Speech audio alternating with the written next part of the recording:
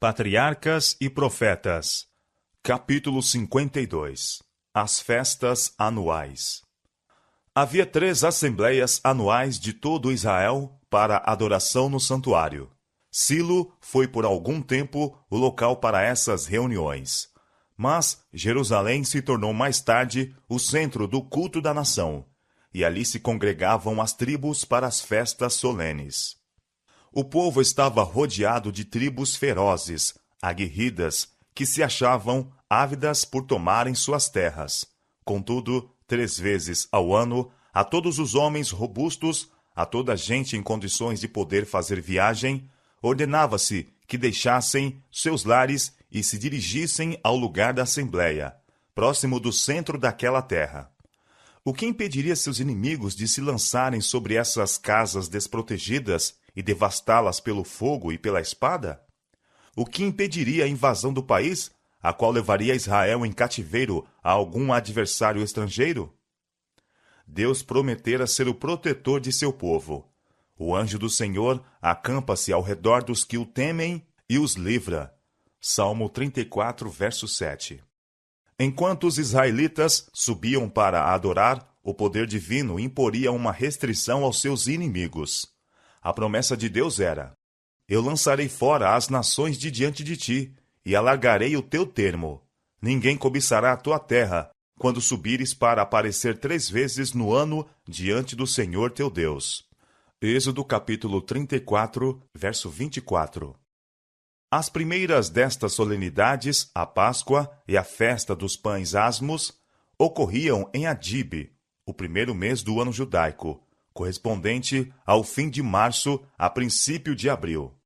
Era passado o frio do inverno, terminara a chuva serôdia, e toda a natureza se regozijava na frescura e beleza da primavera. A relva era verde nas colinas e vales, e flores silvestres por toda parte adornavam os campos. A lua, já quase cheia, tornava deleitosa as noites. Era a estação tão belamente descrita pelo cantor sagrado. Eis que passou o inverno. A chuva cessou e se foi. Aparecem as flores na terra. O tempo de cantar chega, e a voz da rola ouve-se em nossa terra. A figueira já deu seus figuinhos, e as vides em flor exalam o seu aroma. Cantares de Salomão, capítulo 2, versos 11 a 13. Por toda a terra, bandos de peregrinos estavam a caminho para Jerusalém. Todos dirigiam os pastos para o lugar em que se revelava a presença de Deus. Os pastores deixavam seus rebanhos, os guardas do gado as suas montanhas, pescadores o mar da Galileia, os lavradores os seus campos, e os filhos dos profetas as escolas sagradas. Jornadeavam em pequenas etapas, pois que muitos iam a pé. As caravanas estavam constantemente a receber acréscimos, e frequentemente se tornavam muito grandes antes de chegarem à santa cidade. A alegria da natureza despertava nos corações de Israel júbilo e gratidão para com o doador de todos os bens. Cantavam-se os grandiosos salmos hebreus, exaltando a glória e majestade de Jeová. Ao som da trombeta que dava os sinais, juntamente com a música dos símbolos, erguia-se o coro de ações de graças, avolumado por centenas de vozes. Alegrei-me quando me disseram: vamos à casa do Senhor. Os nossos pés estão dentro das tuas portas, ó Jerusalém, onde sobem as tribos do Senhor, para darem graças ao nome do Senhor. Orai pela paz de Jerusalém, prosperarão aqueles que te amam. Salmo 122, versos 1 a 6. E ao verem em redor de si as colinas, onde os gentios costumavam acender os fogos de seus altares, cantavam os filhos de Israel: elevo os meus olhos para os montes. De onde me virá o socorro? O meu socorro vem do Senhor, que fez o céu e a terra. Salmo 121, versos 1 e 2. Os que confiam no Senhor serão como o monte de Sião, que não se abala, mas permanece para sempre.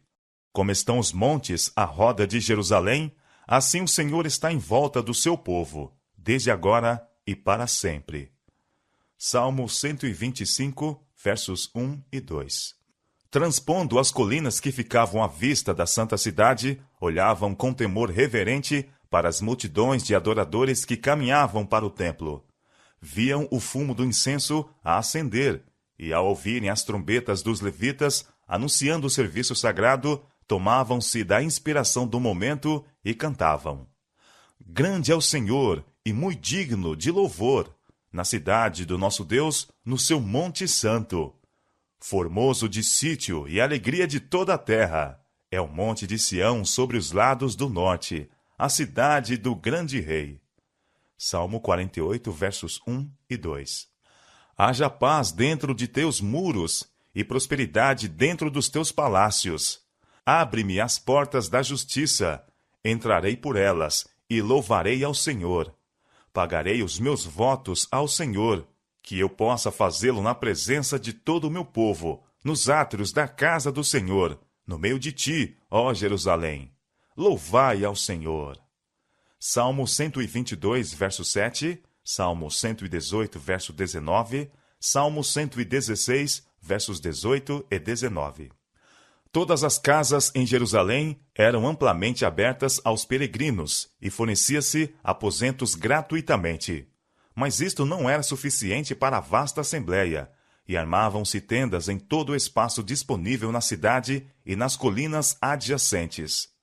No 14º dia do mês, à tarde, celebrava-se a Páscoa, comemorando as suas cerimônias solenes e impressionantes, o livramento do cativeiro do Egito, e apontando ao futuro sacrifício que libertaria do cativeiro do pecado.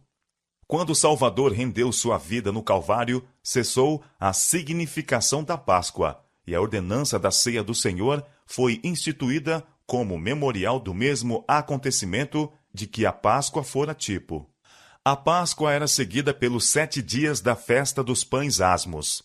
O 1º e 7º dia eram dias de santa convocação, nos quais nenhum trabalho servil devia ser feito. No 2º dia da festa, as primícias da ceifa do ano eram apresentadas perante Deus. A cevada era o primeiro cereal a produzir-se na Palestina, e no início da festa estava começando a amadurecer. Um molho deste cereal era movido pelo sacerdote diante do altar de Deus, em reconhecimento de que todas as coisas eram dele. Antes que esta cerimônia se realizasse, não se devia fazer a colheita. 50 dias depois, a partir da oferta das primícias, vinha o Pentecoste, também chamado a Festa da Ceifa, a Festa das Semanas. Como expressão de gratidão pelo cereal preparado como alimento, 2 pães assados, com fermento, eram apresentados diante de Deus. O Pentecoste ocupava apenas um dia, que era dedicado ao serviço religioso. No 7º mês vinha a festa dos tabernáculos, ou da colheita. Esta festa reconhecia a munificência de Deus nos produtos do pomar, era a reunião festiva encerradora do ano. A terra havia outorgado seu produto, as messes estavam recolhidas nos celeiros, os frutos, o azeite e o vinho estavam armazenados, as primícias reservadas. E agora o povo vinha com seus tributos de ações de graças a Deus, que os havia assim abençoado ricamente. A festa devia ser eminentemente uma ocasião para regozijo. Ocorria precisamente depois do grande dia da expiação, quando haviam obtido a certeza de que sua iniquidade não mais seria lembrada. Em paz com Deus, vinham agora diante dele para reconhecer sua bondade e louvá-lo pela sua misericórdia. Estando terminados os labores da ceifa e ainda não iniciadas as labutas do ano novo, o povo estava livre de cuidados e podia entregar-se às influências sagradas e jubilosas do momento. Embora unicamente aos pais e aos filhos fosse ordenado comparecer às festas, todavia, tanto quanto possível, a casa toda devia a elas assistir. E a hospitalidade daqueles eram bem-vindos aos servos, os levitas, os estrangeiros e os pobres. Como a Páscoa, a festa dos tabernáculos era comemorativa.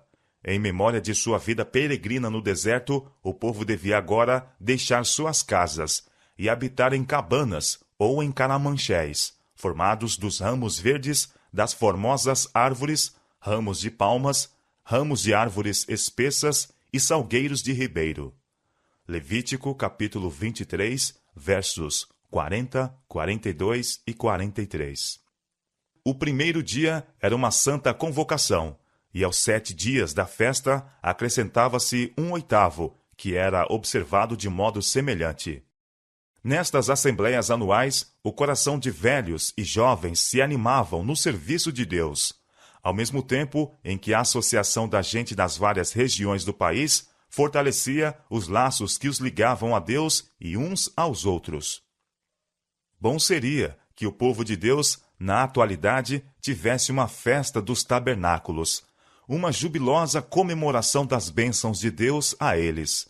Assim como os filhos de Israel celebravam o livramento que Deus operara a seus pais e sua miraculosa preservação por parte dele durante suas jornadas depois de saírem do Egito, devemos nós, com gratidão, recordar-nos dos vários meios que ele ideou para nos tirar do mundo e das trevas do erro, para a luz preciosa de sua graça e verdade. Para os que moravam distantes do tabernáculo, mais de 1 mês em cada ano deve ter sido ocupado com assistência às festas anuais. Este exemplo de devoção a Deus deve dar ênfase à importância do culto religioso e à necessidade de subordinar nossos interesses egoísticos, mundanos, aos que são espirituais e eternos. Incorremos em perda quando negligenciamos o privilégio de nos associarmos a fim de fortalecer-nos e encorajar-nos uns aos outros no serviço de Deus. As verdades de sua palavra perdem sua vivacidade e importância em nossa mente. Nosso coração deixa de iluminar-se e despertar-se pela influência santificadora e nós decaímos em espiritualidade. Em nossas relações mútuas, como cristãos, perdemos muito pela falta de simpatia de uns para com os outros. Aquele que se encerra dentro de si não está preenchendo a posição que era desígnio de Deus ele ocupasse. Todos nós somos filhos de um mesmo Pai, dependentes uns dos outros para alcançar a felicidade. As reivindicações de Deus e da humanidade tocam a nós. É o cultivo apropriado dos elementos sociais de nossa natureza o que nos une intimamente com nossos irmãos e nos proporciona felicidade em nossos esforços para sermos bênçãos aos outros. A festa dos tabernáculos não era apenas comemorativa, mas também típica. Não somente apontava para sua peregrinação no deserto, mas, como festa da ceifa, celebrava a colheita dos frutos da terra e indicava, no futuro, o grande dia da colheita final em que o Senhor da Seara enviará os seus ceifeiros para juntar o joio em feixes para o fogo e colher o trigo para o seu celeiro. Naquele tempo, os ímpios todos serão destruídos. Eles se tornarão como se nunca tivessem sido. Obadias, verso 16. E toda voz no universo inteiro unir-se-á em jubiloso louvor a Deus. Diz o escritor do Apocalipse: ouvi a toda criatura que está no céu, e na terra, e debaixo da terra, e que está no mar, e a todas as coisas que neles há, dizer: ao que está sentado sobre o trono e ao Cordeiro sejam ações de graças, e honra, e glória, e poder, para todo sempre. Apocalipse, capítulo 5, verso 13.